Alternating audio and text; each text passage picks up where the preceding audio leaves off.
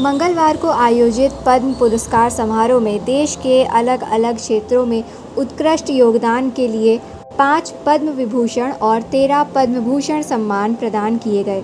कार्यक्रम का मंच सजा हुआ था। पद्म भूषण सम्मान के लिए जानी मानी गायिका अलका याग्निक का नाम पुकारा गया। पूरा हॉल तालियों की गड़गड़ाहट से गूंज उठा, लेकिन उस सम्मान समारोह में लोगों की नज़र सिर्फ पुरस्कार पर नहीं बल्कि उस व्हीलचेयर पर टिक गई जिस पर बैठकर अलका याग्निक कार्यक्रम के बाद बाहर जाती दिखी।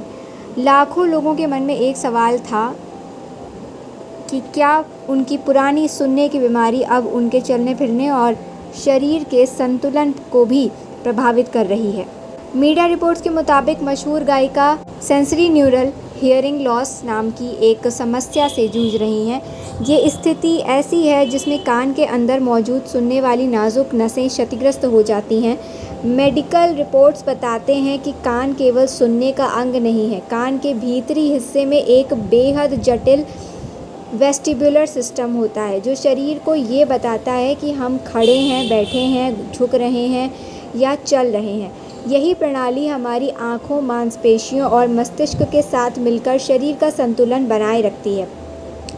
तो क्या अलका याग्निक को भी कान की समस्या के कारण शरीर के संतुलन में दिक्कत होने लगी है? अवार्ड के दौरान अलका याग्निक की वायरल तस्वीरों ने लोगों के मन में कई सवाल खड़े कर दिए। क्या वो स्वस्थ नहीं है? क्या उनको भी चलने फिरने में दिक्कत होने लगी है?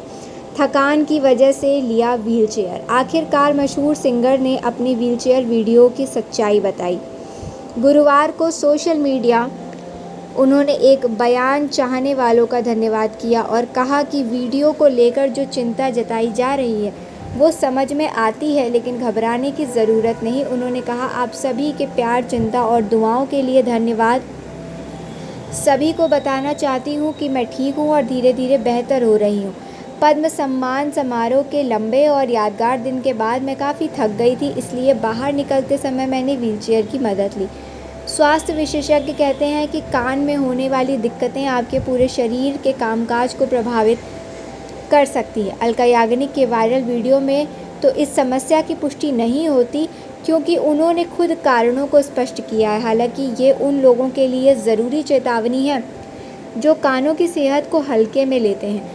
कान की समस्या के शिकार कई लोगों को चक्कर आने, चलते समय लड़खड़ाने, बार बार गिरने, असंतुलन महसूस होने और यहाँ तक कि व्हीलचेयर या सहारे की ज़रूरत भी पड़ सकती है। अलका याग्निक को कौन सी बीमारी है? मीडिया रिपोर्ट्स की माने तो मशहूर गायिका सेंसरी न्यूरल हियरिंग लॉस नाम की समस्या की शिकार हैं। सेंसरी न्यूरल हियरिंग लॉस के कारण सुनने की क्षमता कम हो जाती है। जब भीतरी कान में मौजूद सूक्ष्म हेयर सेल्स या कान में मस्तिष्क तक ध्वनि पहुंचने वाली तंत्रिकाएं क्षतिग्रस्त हो जाती हैं, तब ये समस्या होती है। सामान्य स्थिति में ध्वनि तरंगें कान के पर्दे और मध्य कान से गुजरकर कॉक्लिया तक पहुंचती हैं।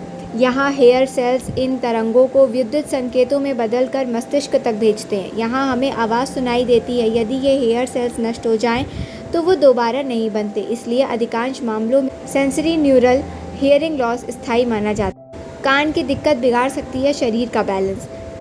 हम सभी सोचते हैं कि कान केवल सुनने के लिए होते हैं, लेकिन वास्तव में भीतरी कान का एक महत्वपूर्ण हिस्सा वेस्टिबुलर सिस्टम शरीर का संतुलन बनाए रखने का काम करता है। अमेरिकन एकेडमी ऑफ ऑडियोलॉजी के अनुसार उम्र बढ़ने, अत्यधिक तेज़ आवाज़ के संपर्क में रहने, वायरल संक्रमण, सिर की चोट और आनुवंशिक कारण ये समस्या हो सकती है। वैसे तो हर सेंसरी न्यूरल हियरिंग लॉस वाले व्यक्ति में संतुलन बिगड़ने की दिक्कत नहीं होती, लेकिन यदि भीतरी कान का संतुलन तंत्र प्रभावित हो जाए तो शरीर की सामान्य गतिविधियां कठिन हो सकती हैं। जब हम चलते, दौड़ते या सीढ़ियां चढ़ते हैं तो कान के भीतर मौजूद आंतरिक प्रणाली तुरंत मस्तिष्क को संकेत भेजती है।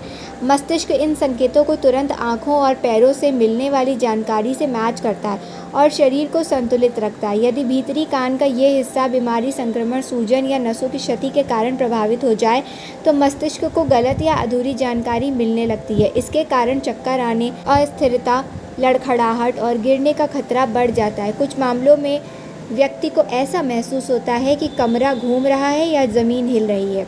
इन बातों को भी जानना ज़रूरी। हमारी जगह और दिशा का अंदाज़ा लगाने में कानों को स्वस्थ रखने के लिए सुनने की क्षमता अहम भूमिका निभाती है। दिमाग आवाज़ का इस्तेमाल करके हमारे आसपास के माहौल का मानसिक नक्शा बनाता है और हमें हमारी जगह का एहसास कराता है। जब सुनने की क्षमता कम हो जाती है तो आप उन आवाज़ों या संकेतों को नहीं सुन पाते जो जगह का अंदाज़ा लगाने के लिए ज़रूरी होते हैं।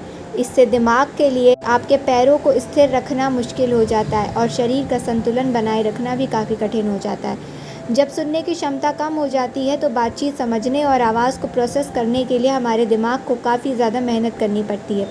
इसके लिए बहुत ज़्यादा मानसिक ऊर्जा की ज़रूरत होती है, जिसे अक्सर कॉग्निटिव लोड कहा जाता है। इस अतिरिक्त मेहनत के कारण शरीर का तालमेल और संतुलन बनाए रखने जैसी चीज़ों के लिए दिमाग के पास कम संसाधन बचते हैं, जिससे गिरने का खतरा काफ़ी बढ़ जाता है।